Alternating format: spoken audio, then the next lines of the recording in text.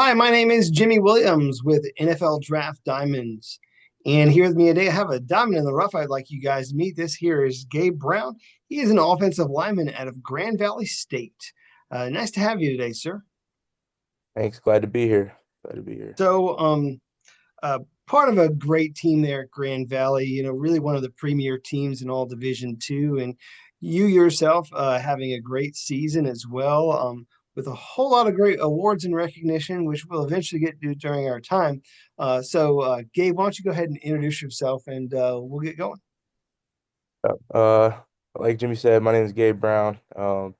Just finished up at Grand Valley State. Was there for 3 years. I went to Bowling Green State for 2 seasons before that. I'm from Grand Rapids, Michigan, so I was right up the street. Going to Grand Valley. Went to East Kenwood High School. I grew up playing all three sports. Played all three in high school at some point. Freshman basketball, I did my thing. Double double machine. Called it quits after that. I was mainly baseball up until my senior year when I came back to football. Tried to do the specialize in baseball. Didn't go so well and missed the heck out of football. So decided I wanted to do it again, and the rest is history. Here I am today. Cool. Gabe, do you want to kind of go back and rehash some of the things that you highlighted there? Before we get to all that, just kind of want to get your overall history in football real quick. How long have you played football? Started playing football when I was 6 or 7, probably 6.5, 7. Um, it was always my favorite sport through childhood. My dad was a college football player, played at Southern University. So he was a quarterback, so I wanted to be his little receiver. Ate my way out of that real fast. Put me on the line. I grew up playing football till about seventh grade. I played quarterback. Um, and I was, the biggest guy on the field playing quarterback, and I was getting clobbered, man. I was getting decleated every play. I was like, you know what? Yeah, but at the same time, I always played, AAU basketball, travel baseball. And going into high school, baseball kind of took off for me. I was getting, college interest, all those things. So I was like, I'm gonna specialize, don't want to get hurt or anything. Always loved football, always missed it. I was always at every game. I was that huge oversized dude in the student section that they're like, why is he on the sideline? But yeah, always missed football. Going into my junior year of high school, summer ball, tore my shoulder throwing. Probably, overtraining thing, probably throwing curveballs too early, something like that.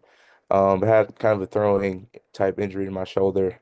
Got it fixed, wasn't really the same baseball player, but it wouldn't affect really any other sport except baseball, obviously. So I was like, this is the time. I'm ready to get back into football. Um, Honestly, going into my senior year of football, it was just like I just want to, be on the team, play again. Didn't I mean, if college came, that would be awesome, but didn't really have those aspirations. Um, and yeah, a week of the first game, I joined the team. I asked to join like midsummer after things had started. Coach told me no, for good reason. I had missed all the training camps, so I was like, okay. Um, a guy gets hurt in the preseason jamboree, and they're like, you still want to play? I'm like, heck yeah. So got on the field, had to sit out my first game for the acclimation period. And then after that, played, started balling, recruiting took off. Um, the recruiting process was crazy. It all happened kind of in 2, 3 months. Kind of being a late bloomer on the scene. Ended up going to Bowling Green out of high school. So that was kind of my road to college football. Gotcha. Again, East Kentwood High School, Grand Rapids, multi-sport player, mostly baseball, which is interesting. You a big baseball fan in general, or what? Yeah, I was kind of a junkie, whatever was in season at the time when I was little. So I grew up, my brother and sister were both, all state basketball players. Dad was a football guy. My mom was a hooper. So I kind of wanted my own path. I was like, no one in my family's really done it in baseball. No, I got you. I'm just trying to understand the fandom. Like if Oh you're yeah, like a Tigers fan or what, Tigers where. fan for sure. Okay, I'm just I trying was, to figure out like where you're at, like maybe who you were a big fan of as a little kid. So, You want to talk more on that real quick? Yeah, so I was grew up a Tigers fan. Kind of my peak years where I was really getting into baseball. I was that the 2012 team that went to the World Series.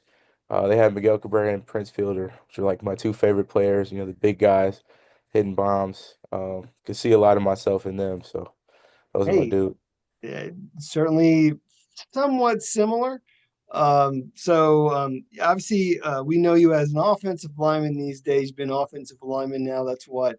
Obviously, we're talking to each other as that as the frame of reference, of course. And so, as we walk through your story, we get to the MAC. We get to Bowling Green. So, you're there. Uh, Briefly, just kind of talk about your time there, because I know you really weren't there too long, but do want to at least acknowledge, your presence there and some of the people that influenced you during that time. Yeah, so it was I came in newer staff. Came in with the first real recruiting class, big class. I mean, those dudes, those probably 30, 35 dudes, I mean, we were tight. We came in during COVID together. So, it was all we saw was each other, especially in the O-line class. We hung out a lot. My roommate there is still one of my best friends to this day, Matt Fortner. And I just made a ton of friends there on and off the field. City of Bowling Green, I mean, it doesn't have a bunch of malls and stuff, but it's a special place. It's a pretty cool college town, and a lot of fun stuff goes on there. Definitely, definitely changed my body. I grew up a little bit, came in a bunch of baby fat. Um, and our strength coach, Kevin Tolbert, um, first I was like, man, this dude hates me, man. He can't wait to get rid of me. Pretty quick, by the time winter conditioning rolls around, I'm like, man, this dude, he really loves us. He really loves his players. He'd do anything for us. That's kind of when I took off, lost weight, kind of lost some baby fat, looked like a man a little bit. Um, but yeah, quickly realized probably wasn't gonna be the best spot for me. Didn't really feel like I was getting developed how I should be. I really just wanted to develop. I was a young football player at the time, obviously. I was really wanted to get developed. So Yeah, I mean, you want to, get in, play some reps, man. And I don't know if that was the case there for you, but I mean, you have an opportunity to get to Grand Valley and really be part of a great, just a great thing going. I mean, if you look back, I mean, Grand Valley State's really one of the premier schools at the Division II level. Won a ton of games, always in contention for national, titles and such. So, you have an opportunity to go to Grand Valley. Talk to me about like the whole transfer bit. Like, was it all about like maybe coming a little closer to home or what? so I think coming home at the time was a factor. Just being away with how COVID was, you got to school in the summer and you couldn't go home until Christmas. Um, got a little homesick. So I think coming home was awesome. It was also probably the biggest factor was Coach Wooster, Scott Wooster. So he was the O-line coach when I came into Grand Valley, but before that, he was at Wayne State. So one of my first offers recruited the heck out of me. Probably, the number two in recruiting. Um, and just from my visits at Wayne State, I knew like Coach Wooster is something different. I became a better player in that hour visit, just listening to him talk about their technique than I had been before. So really wanted to get with Coach Wooster, and then the winning culture, just all the wins. Growing up in West Michigan, you always hear about Grand Valley State. If they're not winning national championship, they're in contention for it. And they had a 10-win season or a 11-win season. If they have like a 9 or 8, it's like a big failure. I'm like, I really want to go somewhere and win right now, be a part of something special, something bigger, compete on that national stage. Yeah, and you yourself really done well there. Always being an all conference guy, always being first team all conference. It had a lot of great accolades, man. This year in particular, and I just kind of want to throw some of these things out. I mean, you were named GLIAC Offensive Lineman of the Year.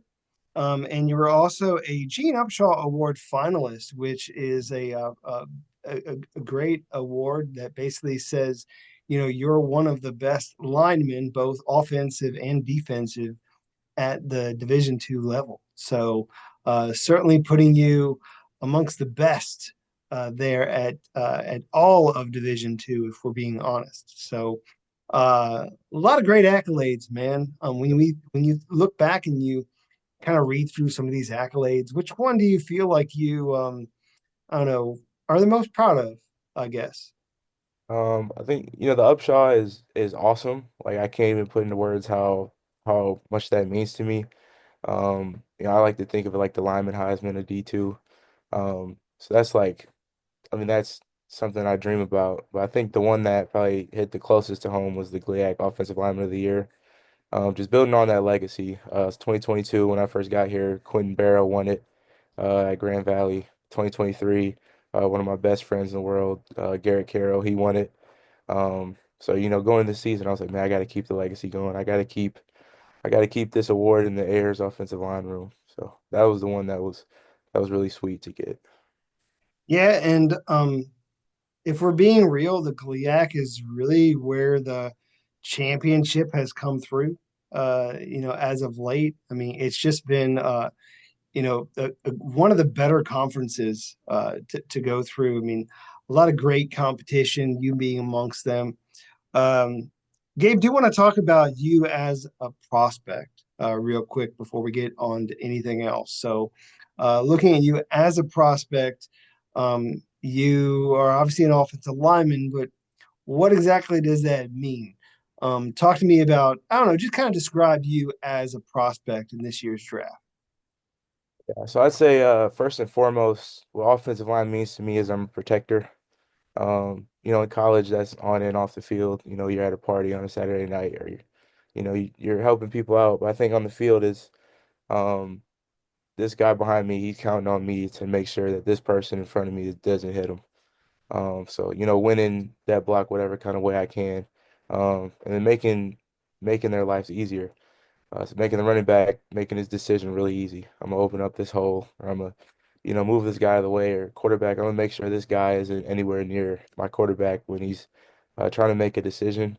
I think that kind of sums up what being an offensive lineman means to me. How I win those blocks. I'd say the word that a lot of people use is mauler. I have that mauler in me, but I also have some of that finesse where I can move around, wiggle around. And I think my feet are one of my biggest strengths. Um, I like to think of myself as having sweet feet, in those short spaces, that lateral movement, in the box, being able to move quick, and just getting a winning position with my feet before my hands or my head even touch anyone. Yeah. Yeah, I mean, hey, it's nice to be able to hold to that and say that you're not just a one-dimensional player. And even as I look at you as a prospect, I do feel like there can be perhaps some versatility to your game. I mean, Yeah. I know that during your time there at Grand Valley, you've played both guard and tackle.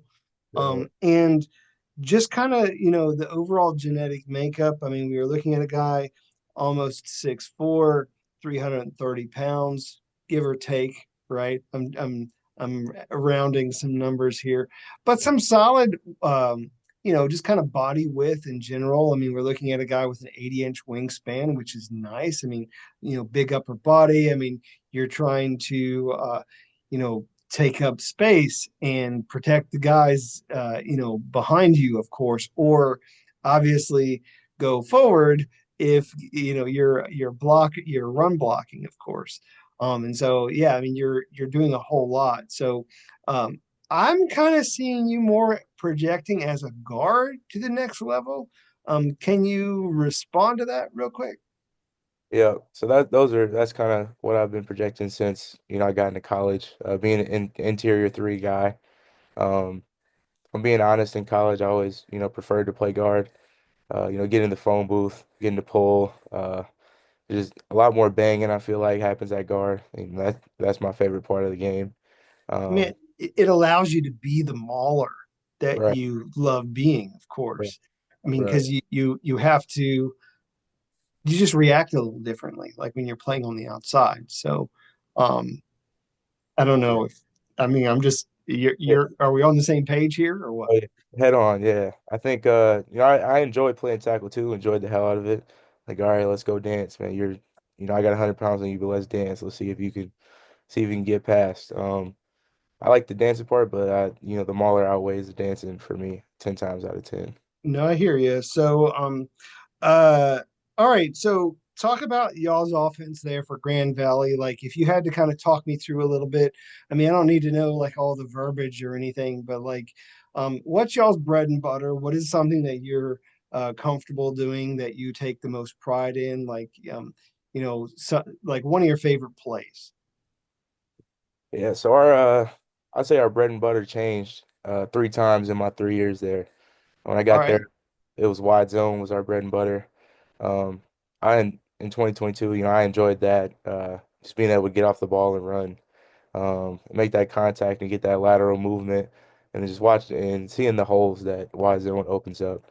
It's beautiful when it hits. I think 2023, the pin and pull was our game.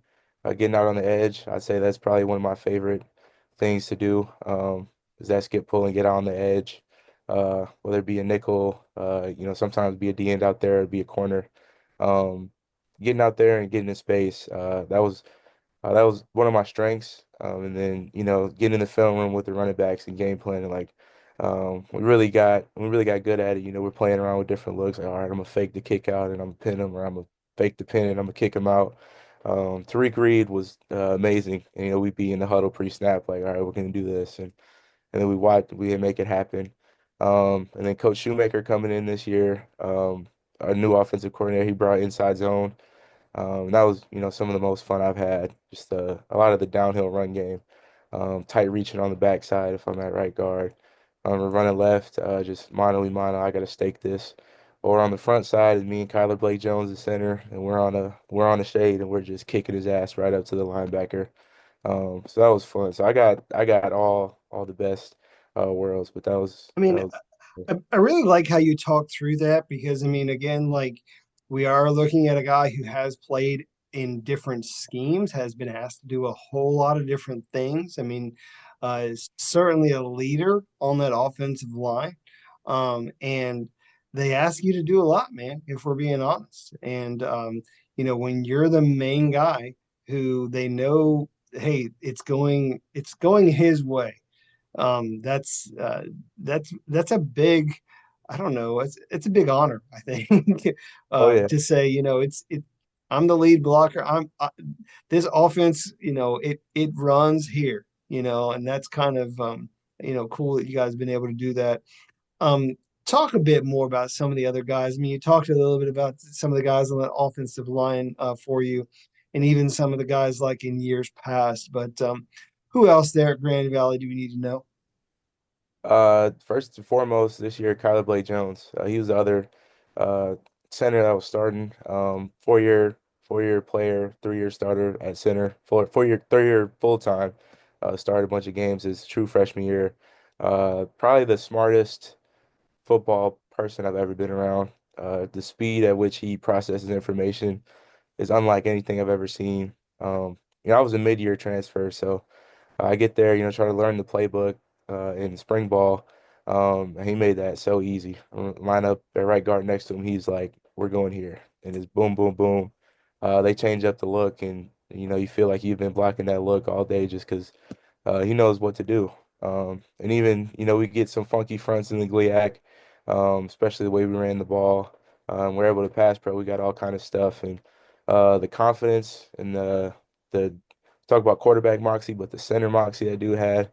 I mean, he just looks like the center. He acts like the center. The way he commanded the offensive line with the calls, it was a blessing to play next to him. And as good as the football player he was an even better person. Um, So, talk a little bit more about this team, dude, because like, again, even before you got there, I mean, we were looking at really one of the more efficient, just top-notch programs there at Grand Valley. Well disciplined, well coached.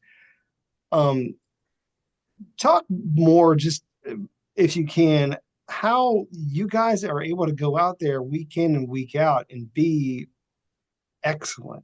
Like that obviously doesn't happen overnight. Um, Talk more about it. Yeah, I think, in Allendale in the Hosford Football Center, like excellence is the standard. Good is bad. Excellence is the standard, right? So, um, obviously when we don't live up to that, it's an issue. You know what I mean? Like I was saying before, 8-win season, 9-win season, like that's an issue. Something needs to change. Even this year, didn't win the conference tournament or didn't win the conference, didn't go too deep into like that, that pisses everybody off. Sucks I can't do anything about it now, but I think that culture is just it's impeccable. The attitude that people have when they walk in the door. If you're having an off day when you walk in the door, the leaders are going to be there to make sure you're having an on day by the end of it. So it's the strength of culture it can't be overstated when it comes to Grand Valley football.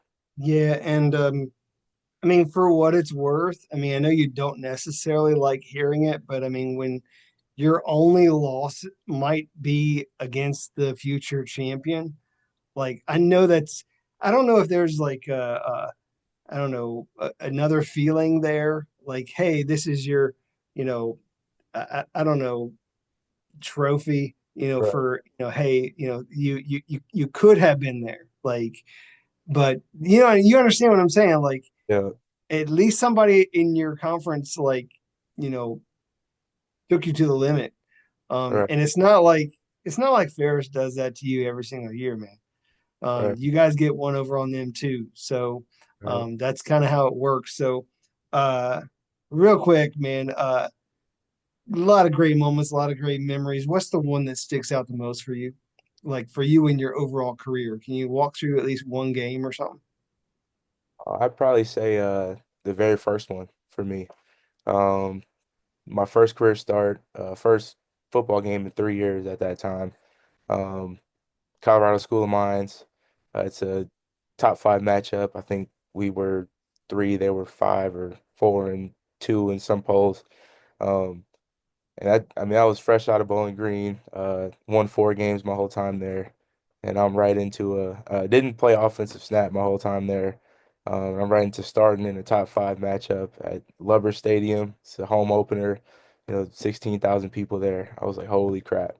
But I balled out. And that was so special. I just kind of I broke down after the game because if you would have told me a couple months back that that was a feeling I was gonna have, that's how I was gonna play, I probably would have told you were crazy. But I think it was a validation thing for me. I've been here, I'm doing this top five matchup. Had a heck of a game. Like, all right, let's go. I can do this. Yeah, I mean, a lot of great games and a lot of great matchups. I mean, um, Gabe, you got nothing to be ashamed of, dude. I mean, you put together a great career, and you're now at a position where you are an NFL prospect. And I don't know if you've actually wrapped your mind around that yet, but hey, we are here, dude. We are here at that point. So, um, great times, I guess. Yep. I don't know if you feel it yet, but we're here. So. Um, Gabe, I do want to take a moment though to meet the guy under the helmet. There's got to be more about you that people really need to get to know. Um, Hobbies, interests, other passions, fun facts, any special talents other than the fact that you're a good athlete. Talk to me a little bit about you. Yeah, I think first and foremost, I'm a man of faith. I'm a Christian. Grew up in a Christian home, two very Christian parents. Um, I think my relationship with God really took off at my time at Grand Valley. Crazy as it sounds. Um, but yeah, that's probably the main thing in my life. Other than that, I think family is the biggest thing for me. I come from a family of five, mom and dad, older brother, older sister. I'm the baby, so I got a lot of, I like to say you're spoiled, but I like to. My sister was the only girl, so I think she got spoiled more than me. But yeah, it's my family is a big thing. I'm a history geek. I love history. Just the random, history videos that pop up on YouTube. You'll probably catch me watching one of those. Um, Yeah, hidden talents. I can spin a basketball on my finger like as long as the day goes on. I can spin it, as long as it goes. Yeah, I'm a pretty simple dude. I'm a goofball. Like to be around my friends. Like to laugh and joke. And I like to compete. I like to board games, whatever. The competition. I think that's one of my favorite things in life is winning things. I guess you could say. Cool. You said you're a history guy. I don't know if there's you have like a specific like time period or something, or you just kind of, geek out over all of it. Yeah, I think like American history from even before 1776 probably. American history, I think my eighth grade American history class was really where I fell in love with it. I had an amazing teacher, eighth grade, ninth grade, 10th grade for history. So that's where I fell in love with it. But yeah, my eighth grade history teacher, he'd bring in, Civil War artifacts, and we had all kind of fun projects, and that kind of just made the snowball go. Nice. Yeah. What'd you get your degree in, by the way? I'm a public and nonprofit administration major. Okay, so I don't understand. Talk to Yeah. me. What is it? What does that ultimately do? Right. So, I think I like to think of it everything but business. It's actually kind of funny. I interned at a bank for 3 years, so it's about as for profit as it gets. So I like to think I got a super well-rounded education at Grand Valley. But both of my parents, my mom's been an educator her whole life, her whole career. So she's more public side, I guess you could say. And then my dad's been nonprofit really as long as I can remember. So kind of blending those two together. I think the passion for service for me, working toward a mission as opposed to working toward a dollar sign. I think that was my main motivation for that. It's kind of the same thing, like working on a team instead of working as an individual. I think that those are the qualities that I saw in that major. Well, yeah, I was just kind of wondering, like, I didn't know, like, if you, were maybe trying to be like a history teacher or something, like way down the line or something. Maybe. I don't want That to, I oh, don't that want to was shut my it down, first. Yeah. But a lot of great things happening for you, Gabe. Put together a very solid career. Um, do need to wrap things up. As we do so, talk to all the scouts out there. Tell them why you'd make a great addition to their team, and all of that. I mean, what you can bring to a program. So, go ahead and close us with your thoughts. Yeah, so I think I'm a great prospect because I can bring versatility to the team. I started at three different positions in college, played all five at some point.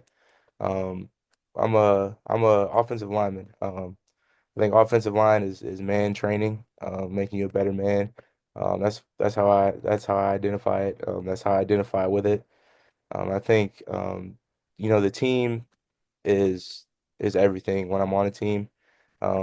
Like my brothers at Grand Valley State, nothing I wouldn't do for them, and that's what pushed me. That's what drove me.